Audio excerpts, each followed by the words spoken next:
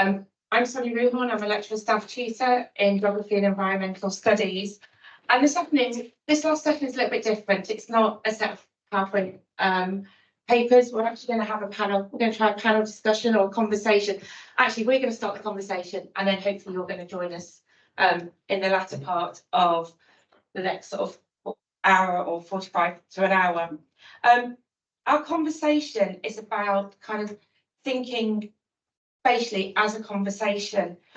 Often in our research, we hear stories, recalls, reflections from our participants. In fact, we all share our tales through stories, but in terms of research, such stories often open and kind of deepen new avenues of inquiry and curiosity, which enable us as geographers to think and explore the spatial from a new and different perspective or perspectives, which then go on to help us to understand the politics of the present and what that might mean for kind of openness.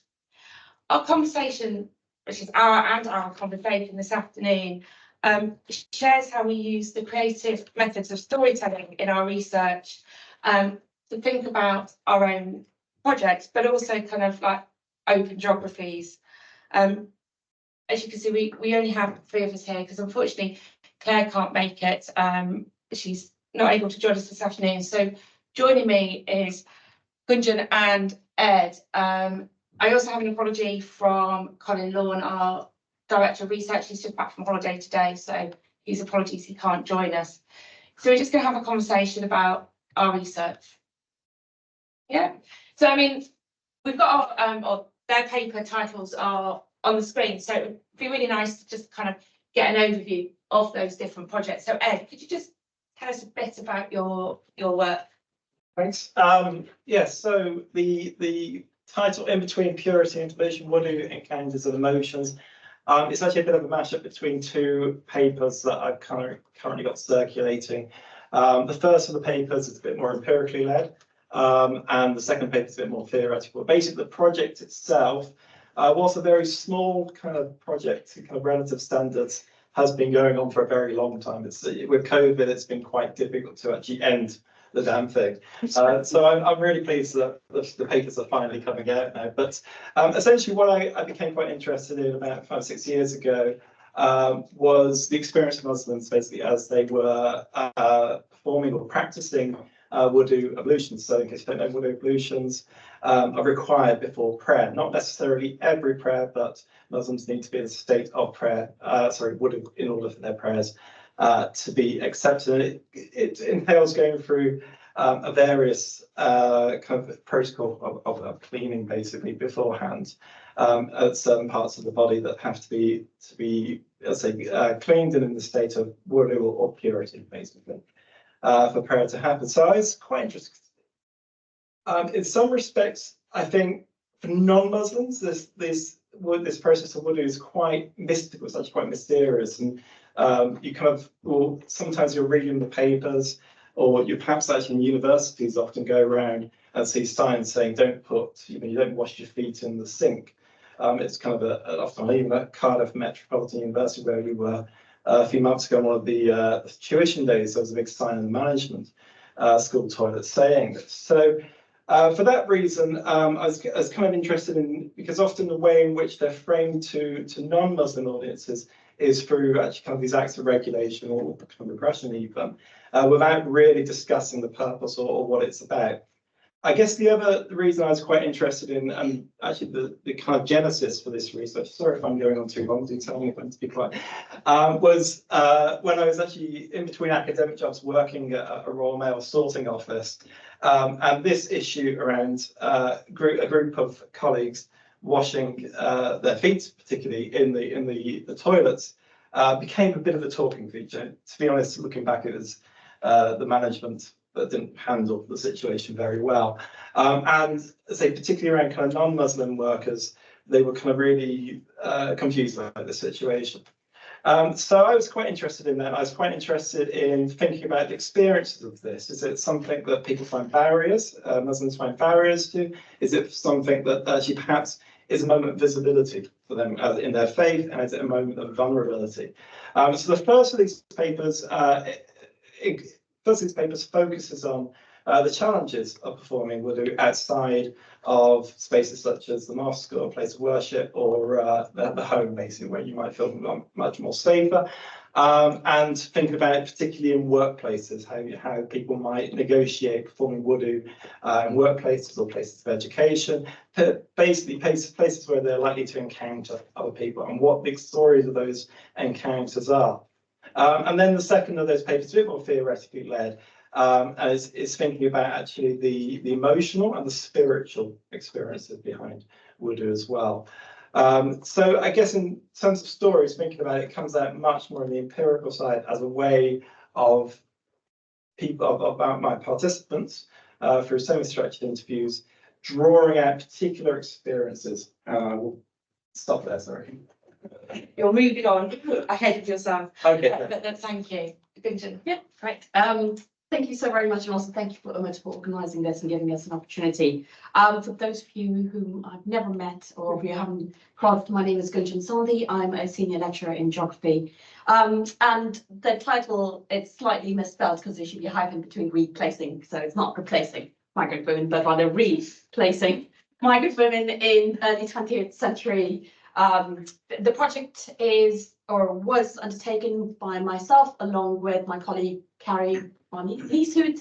It was an AHRC funded project that looked at particularly 1911 census data. So as 1911 census data was released in 2020, 2021, which I forget. It's all 1 year anyways. We thought there was an opportunity because it brought together our individual research interests. So Carrie, who's a historical geographer, has worked on during Victorian, looked at database, particularly the database, the British Census Entrepreneurship Database, I believe it's called, which is based out of Cambridge. And apologies, mislabels the database. Her work has been looking at Victorian England and women in Victorian England, entrepreneurs in particular. So she's drawn quite a bit of the work from this particular database. And my interest in my research, which has predominantly looked at migrant women, particularly highly skilled, highly educated migrant women through international student research, as well as highly skilled women in IT research that I've undertaken along with Parthia Raghuram. So that brought us together in an opportunity to really say, well, allows us to do some collaborative work and get to know each other as colleagues, figure out how the OU system works when you're trying to put grants together, because Carrie was relatively new to this department, but also to see what this actually looked like, because it allowed us to really try and think about what does it mean when you think about migrant women and the politics of the time, which continues to be the politics of the present. What does it mean to really question the idea of a predominantly homogeneous British white society? And where do migrants appear? Where do migrants don't appear? Where do women appear and where do women don't appear within historical positionings in the UK, but also globally? The other impetus for this project was also because we were involved in research in everyday geographies, which was geography's dissertation module. And so as part of that, we were reading more widely around UK and historical geography and Black geographies, which brought us to Caroline Bressy's work, who's done quite a bit of work in historical geography in making visible Black bodies and the presence of Black bodies within the UK, to really challenge the idea of a homogeneous white British society and to highlight where the multiracial history of Britain lies, making that visible through art, through newspaper work. And in our case, what we were trying to do was through looking at 1911 census database that was there. That's a great introduction to both of the projects, but taking this now around storytelling. So could you just kind of continue in terms of your project? What role did storytelling play in your work?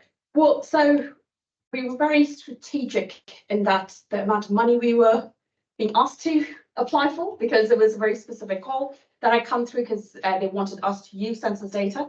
But also there is a certain politics that continued on, which was how do we use the census data to tell the stories of these women? And in historical geography and lots of other historical sociologies and the disciplines, there is a version of telling women's stories through history and re-narrating history in lots of ways that positions it as telling her story. And so we thought perhaps we take that literally and in fact do the storytelling. Look at the census data, which is quite often looked at as quantitative data. And in case of Carrie, which is used, which is looking at geolocation data that you can extract from census data and creating maps, we thought perhaps let's look at what are the different ways of telling a narrative from the numbers and the figures that you get from census data. So look at it as a historical archive with all the sensibilities and the carefulness that you need to consider as you're engaging with archival data, and not just as quantitative data, which is what, especially in migration, when you look at census data, is predominantly thought through as doing quantitative analysis. So it was really to attempt to see what are the other ways of starting from what would be quantitative data usually, and using it in different ways and different methodologies, to tell a narrative story. And it was also largely shaped by other projects that were taking place in the department, particularly Parflee's project, the DAPA project, which was doing a lot of work with storytelling, work that Omar's done in terms of creative methods, which were really shaping our thinking around how do we actually engage with what would some predominantly be thought through us, census data, quantitative analysis, but perhaps what are the other ways of reading through data and engaging with data. So storytelling became the core, and I think for us, the politics of it as well. So not just a methodology that was being used as tested experimenting, but a very particular politics of telling a very particular story, and enabling that storytelling to occur. And part of that involved who tells those stories as well, which I'll speak to later on. No, that's really interesting. And of course, you're looking kind of back to that time, 1911, census data. But of course, storytelling for Ed would be different because you were talking to your participants. So, same question. What role did storytelling play in your project and why? Yeah, so in the project really is most of the research data came from semi-structured interviews that myself conducted, but also actually my co-author on the papers, Rachida from the University of Sheffield, and another research assistant as well, conducted interviews with participants. I've been thinking about the difference between the two papers actually, because I kind of felt actually the empirical paper that, as it goes much more into the challenges, the kind of encounters aspect of performing wudu in public spaces, that actually those stories have a much more powerful meaning, because whereas there's a survey alongside it, will kind of ask various kind of questions about challenges that people may face. They're often much shorter, much more abbreviated, much kind of punchier statements, basically, that people are making within that format. When you're allowing for the dialogue to happen, when you're allowing for the kind of particular stories to emerge, actually through the conversation, you're getting, I think, a much less, how can I say, contrived response. It's much more in the sense of somebody reliving that moment, and without necessarily making the explicit judgments, but talking you through what would the implicit kind of, or implying what the kind of effects or consequences of those moments, of those encounters that they have. And that actually allows you then to kind of pull out those experiences that people have. The other thing to think about as well, whilst I say a lot of that, I think, comes out in the kind of the more empirical paper, the more sort of theoretical paper, in which I am also trying to think about the role of water in this kind of purifying or ambiguous kind of statement, as well as a kind of polluting force, is to think about it is how people then are able to relate something that's quite tangible in terms of water to a much more kind of spiritual narrative. And so what emerges is you get these kind of narratives across the data set of people in the way that they're relating their experience of purification to what is purifying, and what in their everyday life, or what it is. So, for example, one participant talks about the various stages of wudu, such as kind of washing through, cleaning the mouth, and thinking about that as a kind of way of washing away the sins that she may have spoken through the day, and same with the hands, washing away the sins that the hands may have been party to, basically. So there's that kind of, I think, the storytelling that it allows for people to kind of engage with in a much more unconscious way of producing kind of interesting and useful data for researchers. I can see that, as people start talking, they share more about their experiences, so you get that kind of richness.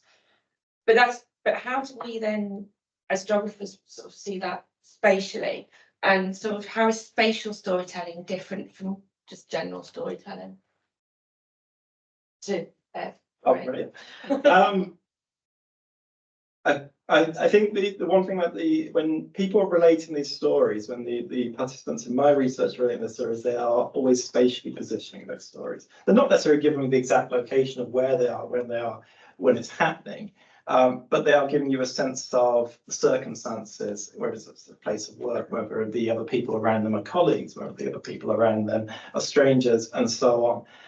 And so what you're getting is this is not just a spatial kind of location, but actually the kind of relational locations as well as to how they feel. So one of the things I was quite interested in originally was thinking, if this is a very kind of visible act of faith, or kind of a moment where you're kind of marking yourself in terms of your religious identity, is this, do people kind of experience quite hostile encounters with strangers? And much of the research actually focuses on not the strangers, it's the kind of the colleagues that people work with and how they kind of feel those relationships change because of it. And I think likewise as well, what we also have in that is not just a spatial in terms of the physical space, but also the spiritual scales as well, the emotional spaces that it opens up as well. So that's, I think, in terms of that, in terms of what makes it spatial is that location, a particular set of circumstances and relationships. That's great. And, obviously, we know you already mentioned that Carrie was developing maps from, geolocated some of the census data, but how does your storytelling within your project, how does spatiality come through with that? So we use storytelling in a way, in three different ways, which is as a method of data generation itself, because whom I've not mentioned yet is H. Patton, who was crucial to the whole project, who is in fact the storyteller to whom we went to, and he helped us translate, but also generate a lot of the data. So we use storytelling as a method. We use storytelling as an analysis to try and understand what the data was telling us. And we use storytelling as an output. And in each of those three different aspects, there's a version of geography that's still, but that in fact is core to the thinking and telling of the story. So there is the obvious geographical aspects of it, which is a story of migration, and it's a story of migration, in particular in this case, because of the limitations of the way the data is generated, how the census data was collected in 1911, means that we did not have data on ethnicity. We did not have loads of data as to what would in fact enable us to identify who would be these migrant women. We had a database that was about people who were entrepreneurs that was already created for us that we had access to. But we didn't have stories because we didn't have who these migrant women were because we couldn't identify migrants. So first and foremost, we had to really consider what we meant by migrant. And in considering that, the only variable we had was the place of birth, which is by default, if you do quantitative analysis of migration, that's what the go-to variable you go to, place of birth, and that. The tricky part when you're doing 1911 census is you have to look at colonial ties and colonial linkages. So while we had no ethnicity, so you can't tell the ethnicity, knowing only the place of birth, what that also meant is that we couldn't identify people who were seen as, well, these are the colonial families who are returning back because they had settled in India or New Zealand or various other colonial sites, and they're returning, and we're like, oh, well, perhaps that's just the British subject returning because that sounds like a whitish name. And this doesn't sound like a whitish name, even though the country of birth, based on the country of birth. And at the same time, extremely problematic. What that does is makes a whole group of people invisible as to those who might be Anglo-Indian or Anglo-Africans or various other identities that emerge, or Anglo-Indigenous. right? But there's no way for us to identify that because there was no other category for us to look at. So what we think about migration and what it means for someone to migrate from global north to global south in current language, but perhaps at that time looking at the colonial ties and moving from the colonies to the centre, how do we actually go about thinking about mobility in that context? A lot of the UK rhetoric around migration is it comes from the Windrush generation. And yet we have evidence repeatedly, and obviously the histories of coloniality that show us otherwise. But the data doesn't show us that. And so the geography of that becomes visible when you start to explore this, and that it was invisible to begin with, just simply by the simplest notion of geography of places. But then there's much deep, or not necessarily deeper, but just different versions of it that come up. It's the temporality of it, is how long has someone been traveling, or how long have they been living elsewhere, and then they're coming into the UK, or perhaps they're coming in from other sites that are coming in. The temporality of it, and the fact that they were captured in that census data in 1911. We don't really know anything else about them prior to that one particular moment. The spatial temporality of the data collection has implications. A third point that we thought a lot about beyond the geolocation was what it meant. We had to really narrow down the data set because we couldn't look at all the geolocations, and we focused on Bloomsbury because it enabled us. We looked at a particular group of entrepreneurs who were predominantly located in the creative sectors, and these were women, and they were located in Bloomsbury.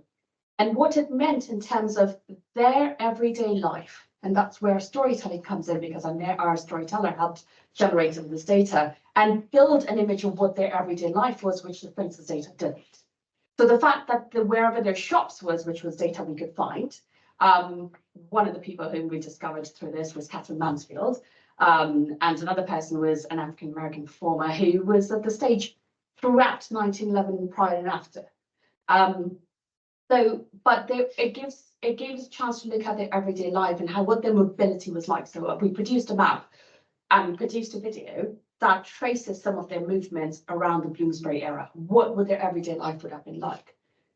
And it brings the idea of the local and global in context. What does it mean to think about local and global in 1911 London, when you're thinking about this as the most vibrant place to be for creatives?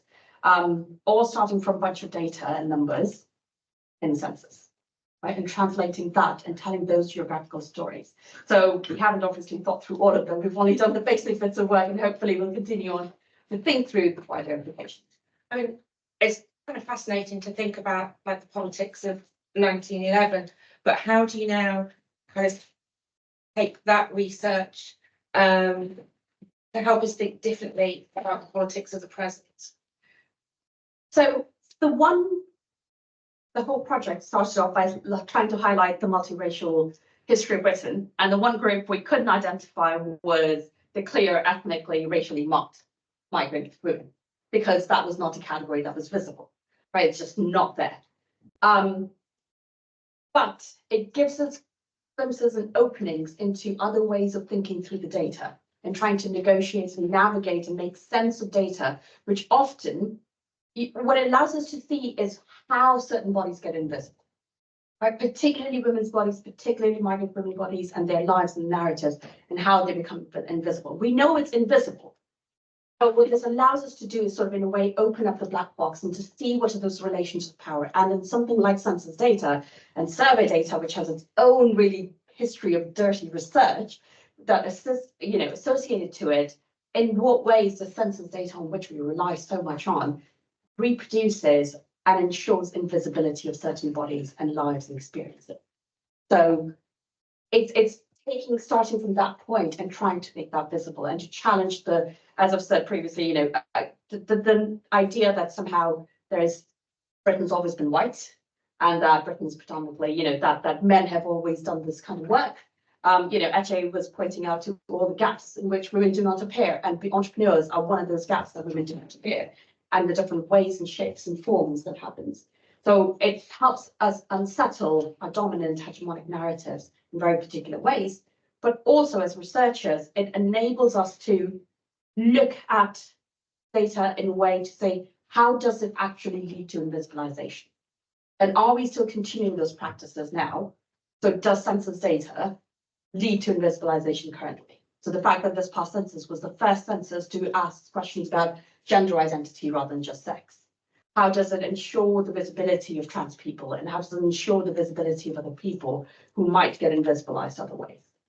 So I think that this is, yeah, it's about the structures and that produce, and in order to avoid that they reproduce certain inequalities, and how do we ensure that we do them slightly better to make sure that the stories and lives are captured. And that's kind of looking kind of back to look to the present. And of course, Ed, your sort of research is much more present. But well, how has your sort of research taken us to kind of think differently about the politics of the present? I think it actually comes back to that word hegemonic spaces, basically, and how the places that we kind of work in or we study in are designed around a particular set of people, basically. And then particularly in terms of thinking about how diversity is managed, and I guess I'm leaning more in towards the interviews I've conducted with chaplains of various universities, of an airport in one instance, and of a couple of shopping malls as well. I'm thinking about the way in which the people who operate those spaces, the managers of those spaces, perhaps create certain kind of facilities and say, well, these are the facilities that people can use in terms of wudu. But then speaking to all of those chaplains, it was always they're not particularly designed around the needs of the users themselves. So, the university, which might be very large, it might be that there's one set of facilities, and it entails a lot of travel time basically to get to and from there, in between lectures or between various kind of work commitments that people had. So I think in terms of getting to speak to the kind of politics of the present, it is about challenging those ways in which we kind of think spatial a space that as particular kind of having particular hegemonic identities, and actually that there's a certain communities that have to use those spaces quite differently to how they are envisaged in some respects. Yeah, thank you. And I suppose now kind of we've gone, particularly with Gunjan's work, we've gone from the past looking present, and like going forward, like what does this mean for us now going forward in terms of openness? So sort of stay with you, Ed, if we may. It's like, how did your project and the storytelling help us to think about going forward around openness and open geographies? That's a very good question. I'm really consider too much in this context, but yeah, I think in terms of its openness, I think it's in terms of making sure that those stories are being heard actually, and I think it comes back to, I guess, the very kind of beginning and somewhat the impetus of the entire project is that this practice can often, I think, lead to quite hostile attitudes actually towards people, and which is particularly ironic given the practice actually is all about purifying and it's all about keeping clean actually, but it has this kind of it can have this quite ambivalent identity to it basically, and I think around certain groups it can cause cause some sort of hostilities basically with it. So I think in that terms, it's about getting those kind of stories out, getting the reasons behind why people engage in what how it fits into a kind of wider narrative of people's lives and their belief systems basically. So I think that's where I would want to go to with it. And Gunjan's? So I guess it might be helpful to give everyone else in the room a bit more context as well, is we've been having a set of conversations within the discipline of geography amongst colleagues around what does it mean, especially because we're basically OU, when it says the future is open, what does that mean? What does open mean? And there have been various versions and thoughts and ideas around it, and we thought this might be an opportunity for us to really reflect on it. And I think what open's a very familiar word, and openness is a familiar word, and quite often, especially being at OU, it's often associated with a sense of positivity and something forward-looking. And yet, while that is the case, it is also refers to things not being open and the closures that occur. which doesn't necessarily mean that the closures are bad, but it also raises the point that everything open is not always good, right? So we can have who tend to work predominantly in issues around migration and borders and gender relations, and this is where the project comes in.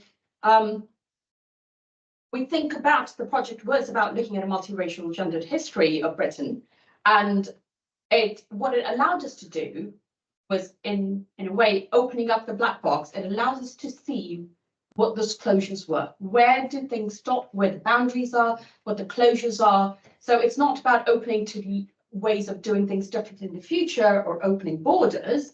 It is about examining the different ways and different degrees of closures that occur when you start to think about openness. The other side of openness is that openness is not always good, because open borders, as positive as that sounds, what that also means is that there's still a selectivity into who is allowed into the borders and who's allowed to cross boundaries in very particular ways. And in yesterday's panel, where Catherine Reason was speaking, sometimes openness is not good, and what you need is in fact a dismantling of that openness, because the openness indicates the existence of a structure and a system that may not be relevant or may not be appropriate. And therefore what you need when it comes to borders perhaps is debordering or abolition, as opposed to opening a border, because that still means that there's a boundary. But what it does offer us is a way of thinking through and recognizing what those limits and boundaries are. So Sarah Ahmed speaks quite a bit about, the first challenge often is for you to identify their limits beyond, before you can reorient it, before you can really think expansively about what are the different ways of moving forward. So it's not about making the system inclusive or how to make with slight improvements. It's about dismantling the system and transforming the system into something that's expansive. And perhaps that's the version of openness that needs to be considered as well. In our case, in these projects, I think what's been really helpful is to really think about, going back to this point, that what we thought was going to really think about a multiracial gendered history of 1911 Britain, showed us we couldn't identify the racial history because there was no variable in census data, and yet we could draw upon other lives. And as, for example, the women whose stories we are able to tell through the video that we created, it's in their interactions, everyday interactions, that we identify where the multiracial gendered history of Britain lies. But also in all the ways that we potentially closed down our investigation of what that multiracial history was like, because we couldn't identify, we couldn't clearly ascertain the ethnicities of the people whose lives, in fact, or the numbers that we had in their lives, because it's like, perhaps it's the colonial family returning, perhaps it's the settler colonial family returning to the UK. And in no sense trying to erase those histories, but not knowing how to deal with it, because we didn't know what to do with that data at that time. And so how do we move forward from that, I think, is one version of it. Or the other, so I'm looking at women's experiences in the labour geographies, and what does that highlight in the title? There's a whole discussion of entrepreneurs and the type of work and the sector in which women work that I'll leave for now, but happy to discuss later if we have time. But yes. Well, thank you both for starting our conversation, and hopefully by ending on openness or open, in taking it in one of its forms, this is going to open up the opportunity for us to all have a conversation around anything that we touched upon in the last half an hour or so. So whether that's kind of contributing with comments, or if you've got specific questions, it'd be great to hear from you.